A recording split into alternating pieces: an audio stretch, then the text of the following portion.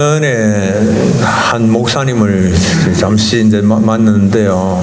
서로 이제 안부를 묻고, 그리고 이제 교회 또 자연스럽게 이제 코로나 상황을 이야기하게 됐는데, 그 교회는 코로나에 감염된 사람이 매일 서너 명씩 나오고, 이미 이제 교인들 중에서 감염된 사람이 이제 100명을 넘었기 때문에 이제 별 코로나에 대해서 별 신경을 쓰지 않고, 또 실제 코로나 걸린다 하더라도 약을 한 2, 3일 정도 먹으면 별거 아니기 때문에, 그 목사님 이야기로는 자신은 이제 자기 교회는 코로나 별 신경을 쓰지 않는다, 그런 이야기를 하는 걸 들었습니다. 코로나로 인하여서 우리가 일상을 잃어버린 지가 이제 2년을 넘어가다 보니까 사람들의 마음에 좀 일상을 좀 회복하고 속히 하고 싶은 그런 마음이 간절합니다. 그러나 여전히 우리가 매우 조심해야 할 상황이다라고 하는 것을 통계가 보여주고 있습니다. 통계는 일일 사망자 수가 300~400명 정도 이른다, 그 말을 하고 있고, 일일 확진자 수도 4~50만 이 정도에 이르고 있는 요즘 그런, 옛날에 우리나라 전체에서 100명, 200명 이렇게만 나와도 난리가 났는데, 지금은 사망자 수가 300~400, 확진자 수는 30~40만, 말도 안 되는 이런 4~50만, 위중증 환자도 많이 생겨나고 있는 이런 상황입니다. 2년 가까이 코로나 환자를 돌본 한 대학병원 호흡기 내과 의사가 자신이 여전히 그 많은 코로나 환자들을 접촉했음에도 불구하고 코로나에 걸리지 않을 수 있었던 비결을 2가지로 이렇게 요약을 했습니다. 첫째는 마스크 쓰기, 그리고 둘째는 실내 환기하기, 그 2가지를 이야기를 했습니다. 이 실외에서는 지금 코로나가 거의 맥을 못 춘다, 그렇게 이야기합니다. 바람이 불고 그런 데서는 코로나 거의 맥을 못 추고, 실내에서는 환기를 하면은, 창문을 열어서 환기를 하면 이제 외부에서 유입되는 그런 게 바깥 공기가 코로나19 바이러스에게는 정말 감당할 수 없을 정도로 강력한 그런 태풍이라는 거예요. 그래서 그것이 날아가 버리거나 손상을 입게 되기 때문에 실내 환기만 자주 해도 상당히 코로나 해 입는 것은 또 피할 수 있다, 그런 자신의 호흡기 내과 전문 교수로서 그런 이야기하는 것을 들었습니다. 가만히 이제 생각을 해보니까, 이 실내로 이렇게 유입되는 공기조차도 감당하기가 버거울 정도로 미약한 코로나 바이러스입니다. 아주 미약한 거예요. 그런데 이 눈에 보이지도 아니하고 손에 잡히지도 아니하고 지각할 수도 없는 이런 자그만한 우린 크기가 어느 정도 가늠도 되지도 않는 이런 것이 2년 이상 온 세상을 지배하고 있고, 온 세상을 호령하고 있고, 거의 모든 결정을 좌우하고 있는 것을 보게 됩니다. 그러나 이 코로나19 바이러스가 우리 눈으로 볼 수 없다고 해서 그 존재 자체를 부정하는 사람은 아무도 없습니다. 눈에 보이지 아니하지만 그것은 그 어떤 것보다도 강력한 그런 위력을 우리의 삶에 영향을 미치고 있습니다. 그런데 이 코로나19 바이러스의 존재는 눈에 보이지 않아도 인정을 하지만은, 창조주 하나님, 모든 것을 창조하시고 지금도 다 다스리고 계시는 그 하나님의 존재는 눈에 보이지 않는다라고 해서 사람들이 하나님은 안 계신다, 눈에도 보이지 않는 하나님을 어떻게 믿냐, 이렇게 이야기하고 있습니다. 굉장히 답답한 그런 일이죠. 어떤 사람들은 이렇게 말하고 싶을지 모릅니다. 그 하나님 살아계신다면 이렇게 오랜 기간 동안 이렇게 전 세계 사람들이 많은 고통을 당하고 있는데 어떻게 그 살아계시는 하나님, 역사하시는 하나님이 방치해둘 수가 있는가? 이런 큰 대재앙이 사람들을 덮치고 있음에도 불구하고 여전히 일하시지 아니하시는 하나님, 역사하지 아니하시는 그 하나님 계시지 않는 거 아니야? 사람들이 그렇게 말을 하고 있는 상황이죠. 1929년에 시작되어서 1939년까지 지속된 대공황, 이 기간 동안에 세계 여러 나라 사람들이 생산이 위축되고 그리고 실업률이 올라가고 너무 극심한 디플레이션으로 인하여서 많은 어려움들을 당했습니다. 많은 사람들이 거리로 내몰리는 그런 고통을 당했습니다. 이 대공황으로 고통당하는 사람들에게 법률가 출신이고 무신론자인 미국의 클래런스 데로우라고 하는 사람이 순회 강연을 펼치면서 무신론에 대한 전파에 열을 올렸습니다. 삶의 터전을 잃고 고통당하는 사람들을 향하여서 하나님이 살아계신다면 어떻게 우리가 이렇게 엄청난 고통을 당할 수가 있는데 돌아보지 않을 수가 있냐? 하나님 살아계신 게 아니다. 라고 그렇게 이제 강연을 했습니다. 그리고 그는 이렇게 말합니다. 여러분, 우리는 모든 것을 잃어버렸습니다. 꿈, 재산, 노래까지 잃어버렸습니다. 이런 상황에서 어떻게 기쁘게 노래할 수 있습니까? 하나님 그냥 계시지 않는 것은 당연한 일이고, 이런 가운데 모든 거 다 잃어버린 이런 상황에서 어떻게 우리가 기쁨의 노래를 할 수 있습니까? 그 강연장에서 그렇게 주장을 펼치고 있는데 뒤에서 어떤 할머니가 손을 번쩍 들면서 이렇게 말합니다. 박사님, 저는 노래할 수 있습니다. 어떻게 이런 상황에서 노래할 수 있습니까? 물어보니까 예수님 때문입니다. 예수님 때문에 노래할 수 있습니다. 주님이 함께 하시기 때문에, 이런 상황에도 주님이 함께 하시기 때문에 노래할 수가 있습니다. 라고 이야기를 했습니다. 그러니까 여기저기에서 사람들이 맞습니다. 우리는 예수님 때문에 노래할 수가 있습니다. 그런 반응을 접하고는 데로우는 더 이상 무신론 강의를 할 수가 없었습니다. 여러분들, 우리는 기억을 해야 됩니다. 우리가 고난 당한다고 해서 주님이 살아계시지 않은 거 아닙니다. 우리가 고난 당하고 있는 그 현장에도 주님은 살아계시고 역사하십니다. 사도 요한 당시에 지상의 교회의 모습들을 보면 지상의 교회들이 고난이 많았습니다. 그냥 사탄이 모든 것들을 다 공중군에서 잡은 사탄이 지락펴락 다 하는 것 같습니다. 교회를 소나기에 집어넣어 놓고 하고 싶은 대로 핍박도 하고 고난도 주고 고문도 하고 온갖 것을 다 하는 것 같습니다. 그래서 성도들은 극심한 고문에 시달리고 화형에 처해지고 사자밥으로 던져지고 그러지만은 황제에 대항하여서 할 수 있는 일이 없습니다. 교회를 박해하는 자들을 대항하여서 할 수 있는 일이 없는 거예요. 속수무책입니다. 사도 요한 자신도 복음을 전하다가 밤모섬으로 유배된 상황이었습니다.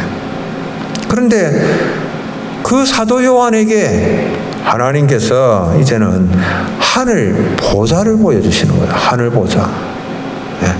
땅만 있는 것이 아니고 그렇게 교회가 핍박당하고 고난당하고 있는 그런 가운데서도 하늘 보좌를 보여주시고 앞으로 이 역사를 운행하시고 온 또 죄악에 대하여서 심판하시고 징계하시는 하나님이신데 그 하나님의 심판이 지금 이제 요한계시록 6장으로부터 해서 19장까지 이제 장차 일어날 일들이 21장까지 계속해서 펼쳐지게 될 텐데 그런 것들에 대한 이제 서론으로 하나님의 하늘 보좌, 영광스러운 하늘 보좌를 보여 주시는 것입니다. 여러분들 그 하나님께서 그 하늘 보좌에 앉으셔서 온 우주와 역사를 다스리십니다. 그곳에서 모든 것들을 다 하나님 뜻대로 통치하시고 계시는 거죠. 예. 우리는 지금 현재 이 땅에서 왜 우리가 이런 고통이 있다면 고통을 겪는지 다 이해할 수는 없습니다. 왜 내가 계획하는 일들이 이렇게 잘 풀리지 아니하는가? 예? 이렇게 내가 수고하고 땀 흘리고 정말 원하는 일들 이것을 성취하기 위하여서 많이 애쓰고 노력하고 함에도 불구하고 왜 이것이 여전히 숙제로만 이렇게 남아 있는가? 그러나 분명한 한 가지 사실은 그때도 주님은 살아계신다라고 하는 겁니다. 그때도 주님은 우리가 당하는 모든 아픔과 고통과 눈물과 한숨들을 다 보시고 아시고 계시고 그 모든 것들을 다 통치하신다라고 하는 사실입니다. 욥은 많은 고통을 당했는데 욥기 23장 10절에는 욥이 이렇게 말합니다. 내가 가는 길을 그가 아시나니 그가 나를 단련하신 후에는 내가 순금같이 되어 나오리라. 나는 욥 자신은 왜 자신이 그렇게 엄청난 고난을 당하는지 내가 그렇게 살지 않았는데 왜 이런 일들이 내게 일어나는지 다 이해할 수가 없었지만은 그런 눈은 누가 다 알고 계신다라고 말을 합니까? 하나님은 다 알고 계신다라고 하는 겁니다. 하나님은 욥에 가는 길을 다 알고 계시고 그리고 그런 모든 고난을 통하여서 마침내 욥을 하나님께서 정금같이 순금같이 연단을 하신다라고 하는 겁니다.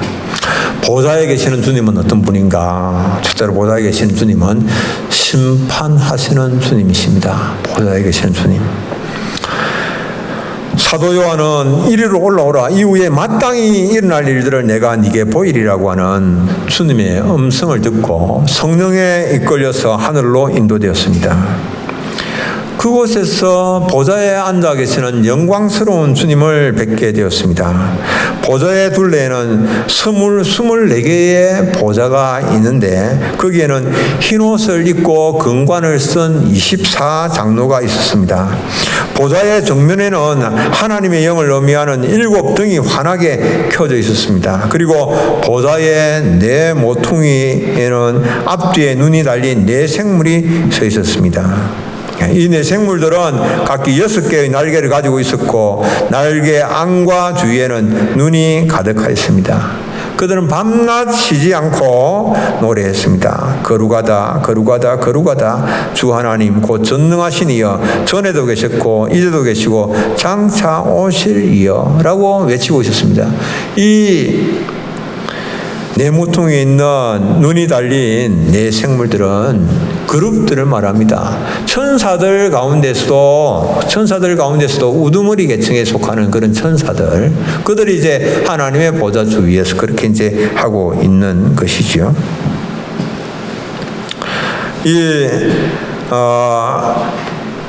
네 생물들이 그렇게 그룹들이 하나님께 영광과 영예와 감사를 드리고 있을 때에 24장로들도 보좌에 앉으신 분 앞에서 엎드려서 예배를 하면서 자기들의 면류관을 벗어서 보좌 앞에 던지면서 찬양하였습니다.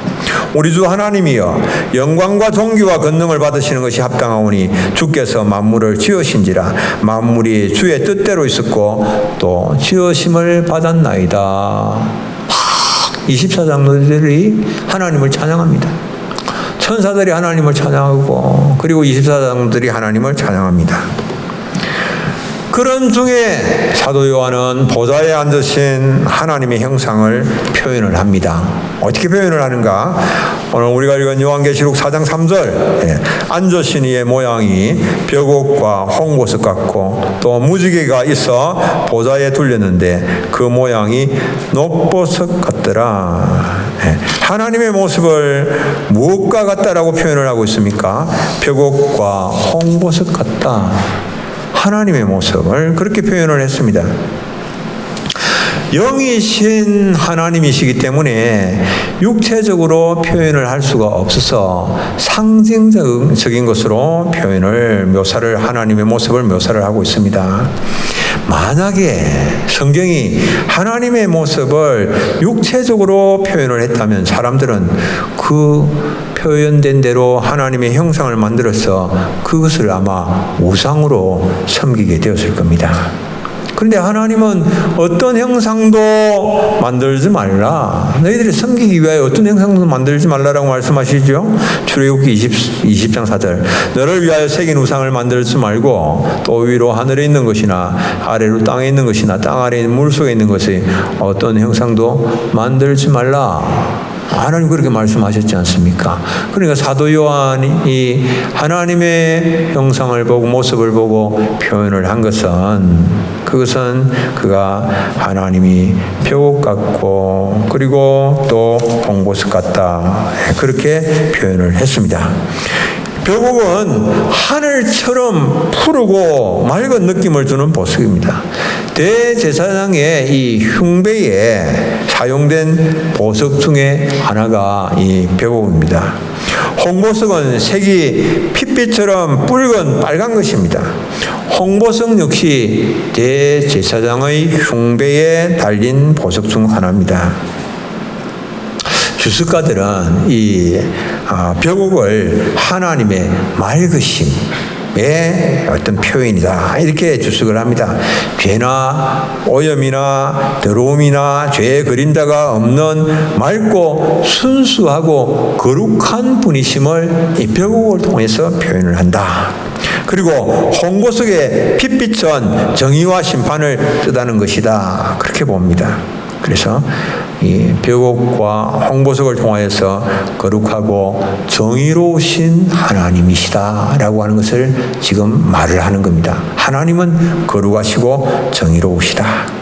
그래서 하나님이 거룩하신 분이시기 때문에 이 땅에 죄악이 막 관영한 것을 하나님 두고 보실 수가 없으시고 그래서 하나님 죄에 대하여서 진노하시며 죄가 세상에 관영할 때에 차고 넘칠 때에 땅에 가득할 때에 죄에 대하여서 하나님께서 심판을 하신다라고 하는 겁니다.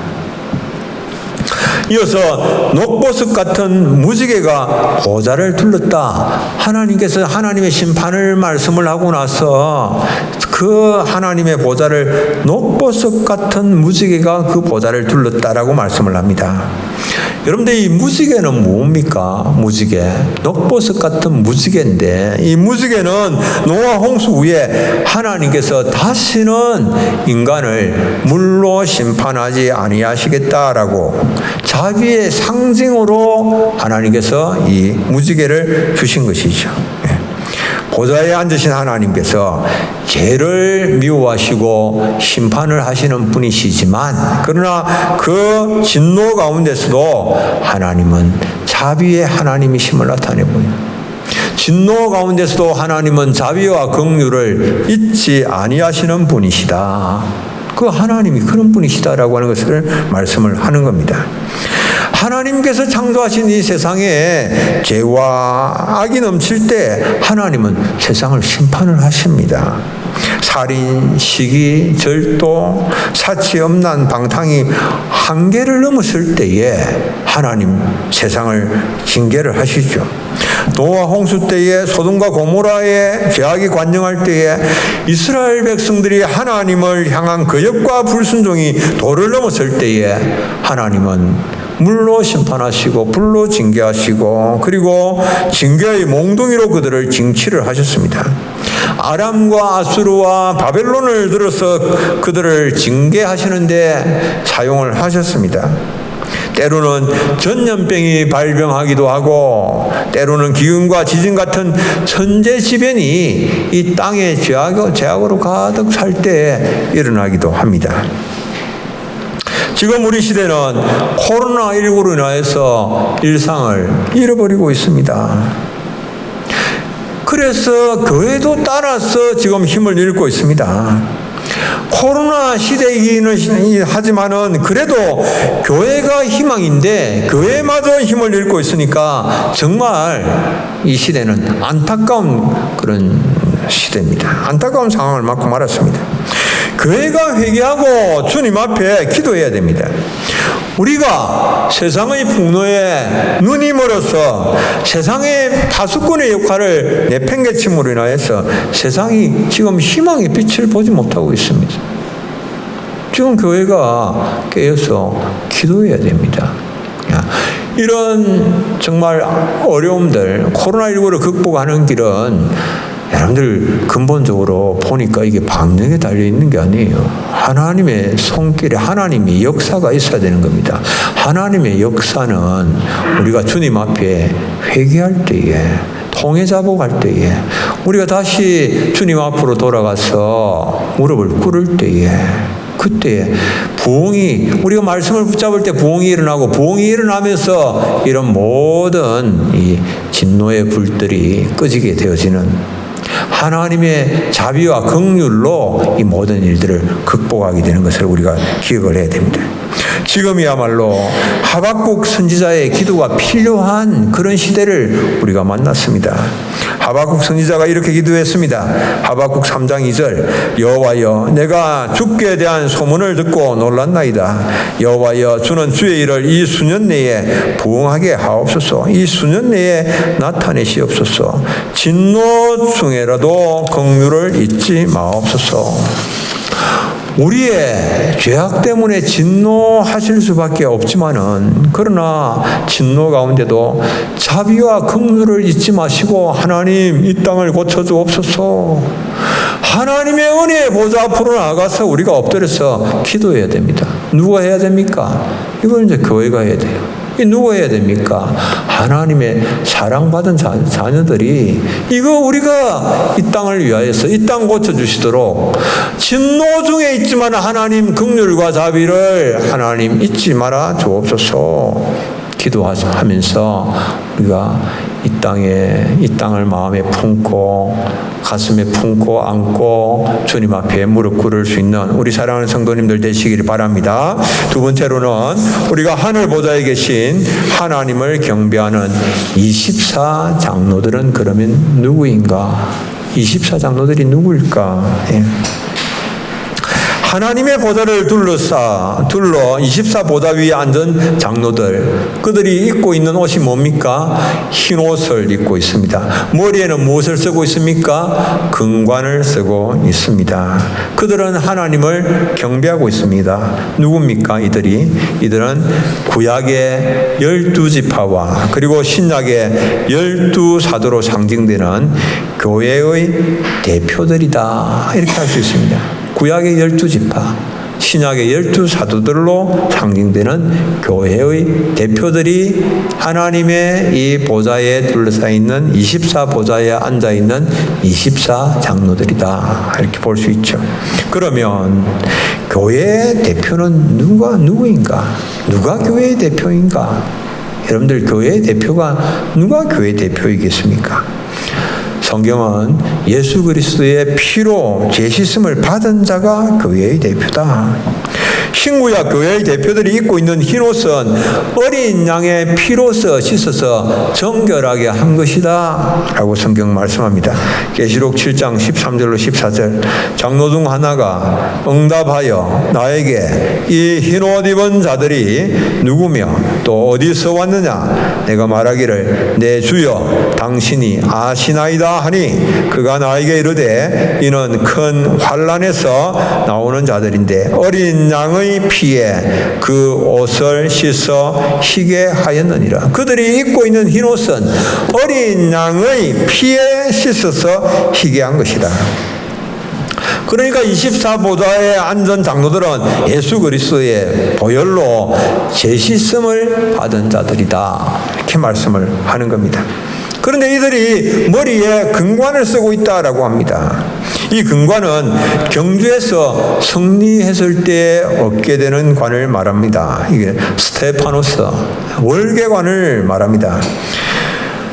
주님께서 빌라델피아 교회를 향하여서 말씀을 하셨습니다. 내가 속히 오리니 네가 가진 것을 굳게 잡아 아무도 네 멸류관을 빼앗지 못하게 하라. 이때 멸류관이 이 금관입니다. 이 스테파노스라. 헬라에서는 똑같은 헬라어가 사용되고 있습니다. 주님이 재림하실 때에 빌라델피아 교회가 받을 멸류관이 있는데 이것을 빼앗기지 아니하도록 주님께서 주신 것 이거 빼앗기지 아니하도록 계속해서 충성해야 할 것을 말씀을 하셨죠. 빌라델피아 교회 비록 작은 능력을 가졌지만은 하나님의 말씀을 지키고 그 주님의 이름을 배반하지 않은 그런 교회지요. 일단 예수님의 피로 깨끗함을 받았기 때문에 우리는 종종 착각하는 경우가 있습니다. 내가 이제 예수님의 피로 깨끗함을 받았는데 이제는 어떤 삶을 살아도 뭐 전혀 문제가 될 게 없다. 내가 뭐 한 번 받은 구원은 뭐 그냥 영원한 구원이고 내가 예수 믿고 세례받고 또 성찬에도 참여하고 하면 다 이제 끝났다. 여러분들 그렇게 생각하는 것은 오해입니다. 잘못 생각하는 겁니다. 성경은 멸류관을 빼앗기지 않도록 조심해라 그렇게 말씀합니다. 애굽에서 나온 이스라엘 백성들이 수많은 이스라엘 백성들이 도중에서 불신앙과 불순종으로 인하여서 광야에서 다 멸망한 사실을 여러분들 들어보셨습니까? 성경은 계속 그걸 말씀을 합니다. 애굽에서 구원받아 나온 자들이 광야에서 거역하고 불순종함으로 인하여서 여호수아와 갈렙을 제외한 모든 사람들이 그 1세대들이 다 광야에서 멸망한 사실 이거 잊지 말라라고 하는 겁니다. 24장로들은 예수 그리스도의 피로 자기를 깨끗하게 하는 자들입니다. 그리고 깨끗함을 받고 나서도 그 후에도 근관을 빼앗기지 않기 위해서 거룩함을 지키고 승리하는 삶을 산 자들이 24장로들이에요. 그 하나님의 보좌, 이 주위에 있는 24보좌에 앉아서 하나님을 예배하고 하나님을 찬양하는 자들입니다. 여러분들 주님의 이름을 배반하는 것은 그건 부인하는 것을 말합니다. 베드로는 예수님의 제자이면서 계집종 앞에서 예수님을 모른다고 3번이나 부인했습니다. 이거 예수님 배반한 거죠. 부인을 했습니다. 주님께서 기적을 행하실 때에 그리고 변화산에서 영광스럽게 변화될 때에 베드로는 자기가 주님과 함께 있기를 원한다. 그래서 장막셋을 짓기를 원한다. 하나는 주를 위하여, 하나는 모세를 위하여, 하나는 엘리야를 위하여 그렇게 하기를 원한다라고 그렇게 말을 했죠. 그런데 주님께서 위기에 처하게 되실 때에 그럴 때는 주님을 힘들어 하실 때는 주님을 부인을 합니다. 주님 배신합니다. 나 주님 모른다. 이게 배신하는 거예요. 여러분들 오늘 우리가 신앙생활하고 예수님 영접하고 하나님 자녀가 되었고 집사가 되고 권사가 되고 장로가 되고 목사가 되고 그러고 나서도 세상 쾌락과 재미를 위하여서 주님으로부터 고개를 돌리는 사람은 주님을 부인하는 일이에요. 주님의 몸된 교회가 어려움을 처할 때 나는 모른다. 나는 나와는 상관없는 일이다라고 말하는 사람은 주님을 배신하는 겁니다. 주님의 몸을 배신하는 거니까 주님의 몸이니까 주님을 배신하는 것이죠. 여러분들 어떤 사람들이 교회 대표입니까? 그러면 천주교에서 교황 모서를 말하는데 역대 교황들이 교회 대표입니까? 아니죠. 각각의 교단의 총회장들이 교회 대표입니까? 아니죠. 감독 같은 사람들이 교회 대표입니까? 아니죠. 단임 목사들 중에서 교회 대표가 나옵니까? 그것도 아니죠. 그러면 어떤 사람이 교회 대표입니까?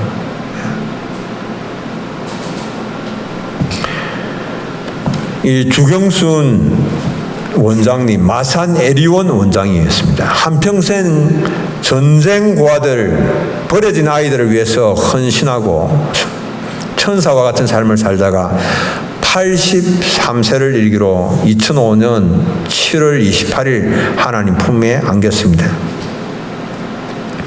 1945년에 일본 교토 삼파학교를 졸업을 했습니다. 귀국을 해서 마산시 장군동에 조산소를 열었습니다. 그러다가 해방 직후 거리에 넘쳐나는 불우한 어린이들을 돌보기로 결심을 하고 독신으로 한평생 그 불우한 어린이들을 위해서 헌신을 했습니다. 예. 그 주원장의 부친은 일제시대 거창에서 신사참배 운동을 한 주남선 목사님이었습니다. 주남선 목사님의 딸이 주경순 마산 에리원 원장이었습니다. 이 주원장님이 46년에 조수옥 원장과 마산 인회원을 창설하여서 아이들을 돌보다가 자신의 나이 35살 되는 때 1958년에 에리원을 창설해서 전쟁 고아들을 돌봤습니다. 그리고 결손가정 어린이들을 모아서 길렀습니다. 정부 지원 안 받았습니다. 정부 지원 없이 조산소를 운영을 하면서 그 수익금을 전액 투자를 해서 고아들, 결손가정의 아이들을 돌봤습니다. 그래도 그 수익금으로도 어려우면 채소 장사를 하면서 얻은 그것으로 아이들을 돌봤습니다. 노년이 되면 사람들이 재물이나 명예를 얻는 것에 마음을 빼앗기게 되는데 이 주경순 원장은 세상을 떠나면서 모든 자신이 그때 가지고 있던 재산들을 다 사회에 환원하고 자신의 시신마저도 병원에 기증한 채 주님의 품에 안겼습니다. 이런 사람들이 여러분들 주님 앞에 월계관을 쓰게 되는 겁니다. 이런 사람들이.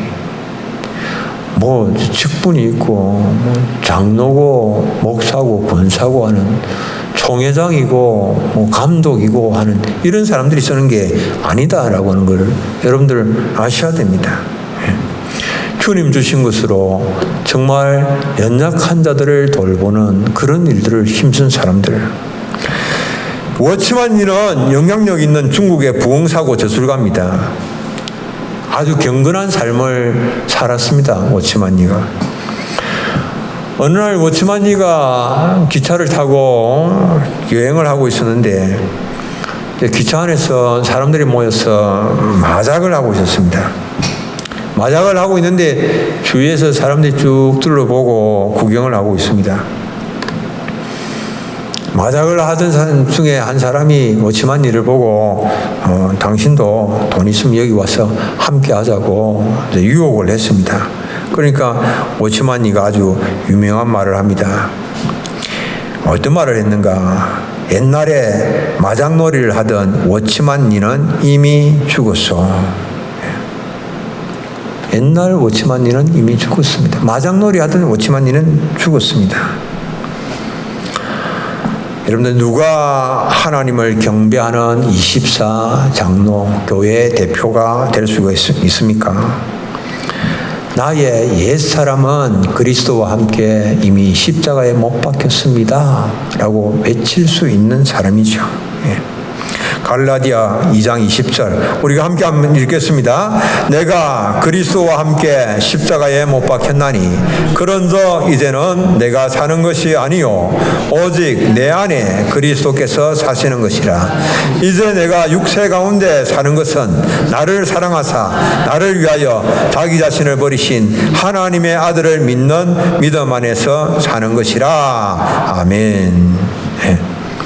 세상 명예와 지위와 돈과 쾌락을 위하여서 살고 싶은 나를 내려놓고 이제는 작은 능력이지만 내가 끝까지 주를 위하여서 이웃을 위하여서 살겠습니다. 그렇게 말하는 사람이 교회의 대표입니다. 여러분들 주님께서 이 땅을 다스리시고 또 주님께서 역사의 주인이 되십니다. 주님께서 그 모든 것들을 다 보시고 계십니다. 주님 보시기에 합당한 삶을 또 이번 한 주간도 살기로 마음에 결단하시는 여러분들 다 되시길 바랍니다. 우리 찬송 한 장 부르겠습니다. 25장 멸류